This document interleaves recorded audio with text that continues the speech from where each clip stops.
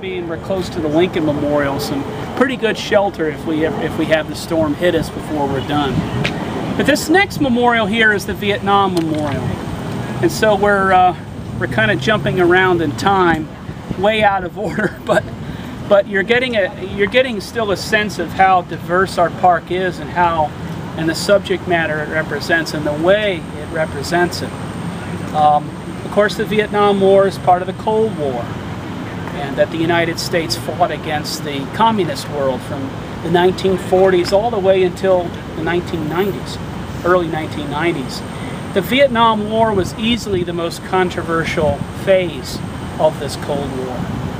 And there are basically two schools of thought about the Vietnam War. One, maintained by President Johnson, General Westmoreland, and others who supported the war, was South Vietnam was an ally of the United States, like the South Koreans, like the British in World War II, and others.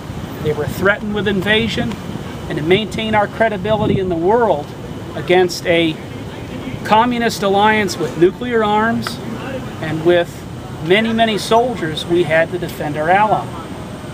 Now, the other school of thought that rose about the war, especially the latter half of the war, the 1967 on until the end of the war, was that this ally of South Vietnam was not a strong one, not even a good one, not even one that could command the loyalty of its people, more like a group of gangsters than rulers.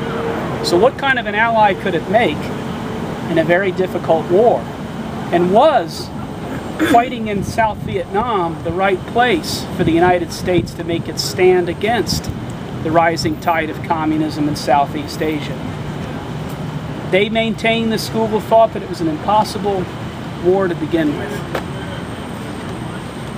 Those two schools of thought aside, the people that built this memorial wanted to make this a very apolitical memorial. They wanted to leave those discussions of strategy and tactics and politics by the wayside and focus on the sacrifice that these people made, called to serve their country under very, very difficult circumstances, when they weren't risking their lives in the jungles and the villages of South Vietnam. These servicemen and women came home at times to a not warm reception at airports. The looks on people's faces, some were even spat upon, and others saw to their absolute disgust North Vietnamese flags being carried in protests in the nation's capital and other places, the enemy that they were fighting. Some members of Hollywood even went to North Vietnam to pose with anti-aircraft crews that were shooting down our bombers. This is a very, I mean, if they lived through the war, they had to see this. So, very, very tough war.